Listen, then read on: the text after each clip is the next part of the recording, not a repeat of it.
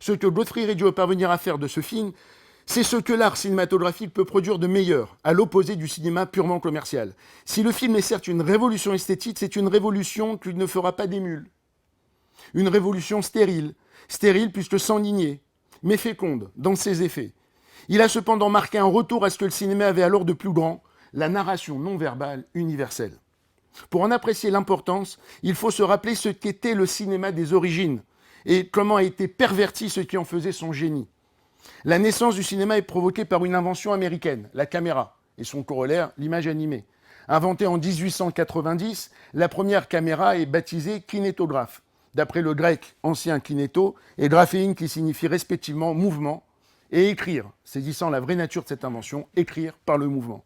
Son inventeur, le prolifique Thomas Edison, prodigieux rejeton de la civilisation américaine, qui à lui tout seul englobe tous les paradoxes de la notion du progrès. Inventeur foisonnant du phonographe, de l'ampoule électrique, défenseur acharné du courant continu contre le courant alternatif, qu'il jugeait plus dangereux, cette guerre des courants fut si féroce qu'elle poussa Thomas Edison à promouvoir l'usage de la chaise électrique pour les condamnés à mort comme nouveau mode d'exécution, en usant de toute son influence pour que la chaise électrique fonctionne au courant alternatif concurrent. Avec un art consommé du cynisme, il incita ainsi à l'association d'idées chaise électrique, peine capitale, courant alternatif, afin de discréditer aux yeux du public le courant alternatif qu'il rejetait, privilégiant lui-même le courant continu, en associant désormais le courant alternatif à la mise à mort. Une sombre idée géniale de marketing. L'inventeur du cinéma était le plus grand promoteur de la chaise électrique. Le divertissement de masse associé à la mise à mort institutionnalisée par le talent d'un seul et même homme incarnant le progrès. Né donc d'une innovation technique, le cinéma est la première forme d'art qui soit née de la révolution industrielle et de la civilisation américaine. Koyaanisqatsi s'attaque donc aux effets délétères de ces deux derniers en se servant de l'un de leurs plus glorieux produits, le cinéma.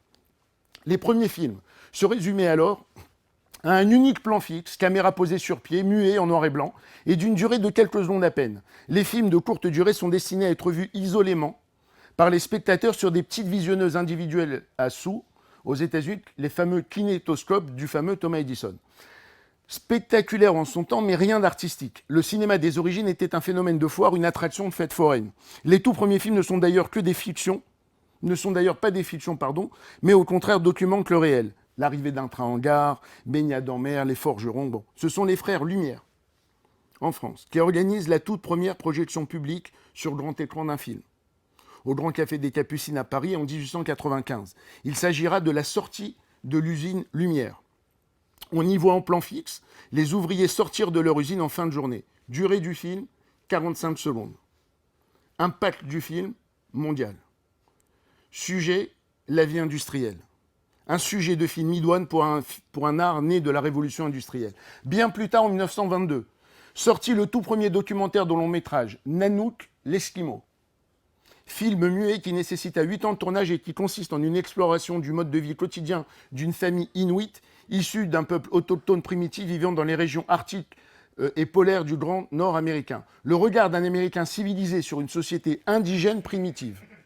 Film réalisé par Robert Flaherty, c'est pour qualifier la particularité de son film que sera inventé le mot documentaire par un journaliste écossais. En tant que première œuvre documentaire de cette envergure, Nanook l'Esquimau a été un film révolutionnaire qui a connu un grand succès commercial. C'est d'ailleurs pour la sortie de ce film que fut inventée et mise en vente dans les salles de cinéma une friandise glacée qui se consomme comme une sucette autour d'un petit bâton et qui fut baptisée une glace Esquimau, en référence à Nanook l'Esquimau, le héros du film. Depuis ce film, l'industrie naissante du cinéma imposera la vente de glace Esquimau comme un usage de consommation associé au film, avant les pop-corn.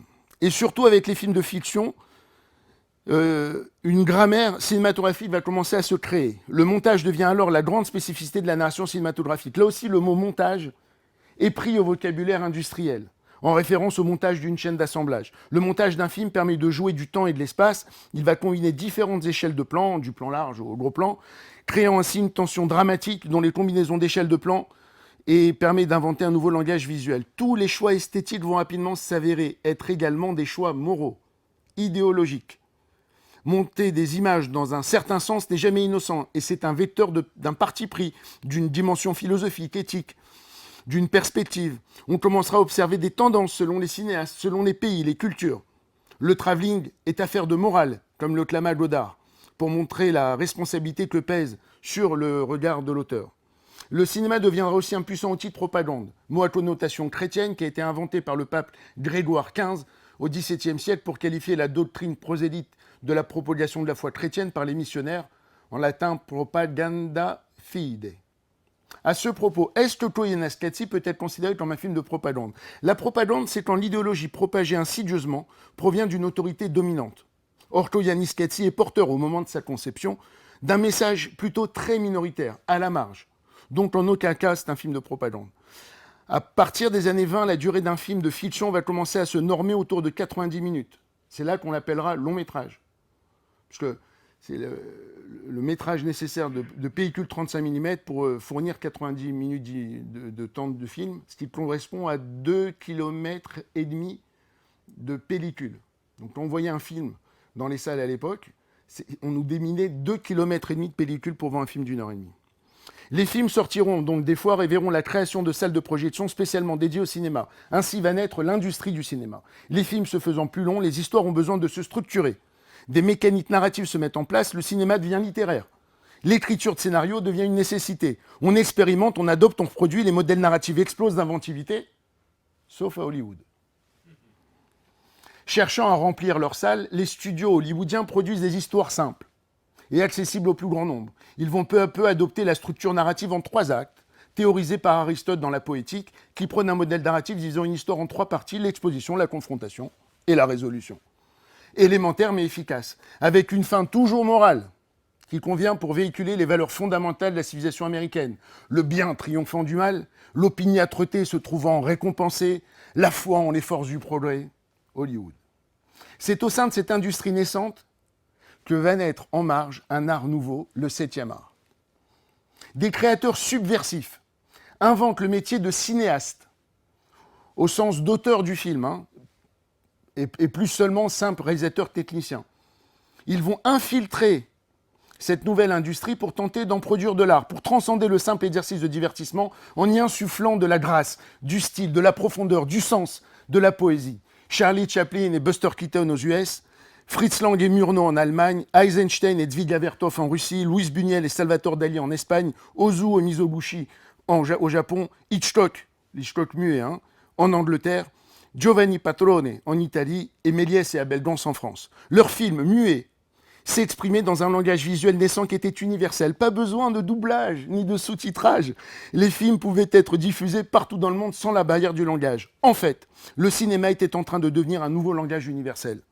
Les films étaient certes muets, mais cette appellation ne sera imposée que rétroactivement avec l'avènement du parlant en 1927. Du temps du muet, on les appelait tout simplement des films. Que les films soient muets, personne ne s'en plaignait. Ils étaient porteurs de tant de magie. Contraints de raconter des histoires sans avoir recours au verbe, les plus grands cinéastes des origines ont su faire preuve d'une invention inégalée depuis. L'art cinématographique a donc été un détournement d'usage d'une industrie divertissement de masse par des frondeurs anarchistes animés d'ambitions créatrices nouvelles et d'insolence. La structure narrative des films hollywoodiens va imposer sa domination malheureusement sur le reste du monde. Une narration donc en 3 actes, avec une fin morale, l'emportant sur un cinéma soviétique bien plus inventif dans sa forme. Eisenstein, Kalatazov, tout ça. Des films qui n'obéissent pas à une logique narrative traditionnelle, pluralité, créativité. Cette narration filmique va se formater, les films vont être produits à la chaîne, et en devenant parlant, le cinéma va perdre en poésie. Le recours au verbe va simplifier la narration. La narration visuelle sera déclassée en simple support illustratif. Le rendement commercial va dicter sa loi à la production. Les films vont devenir de purs produits de consommation de masse. Les 2 grands fossoyeurs de l'essor artistique du cinéma furent donc l'avènement du parlant et l'hégémonie du consumérisme américain.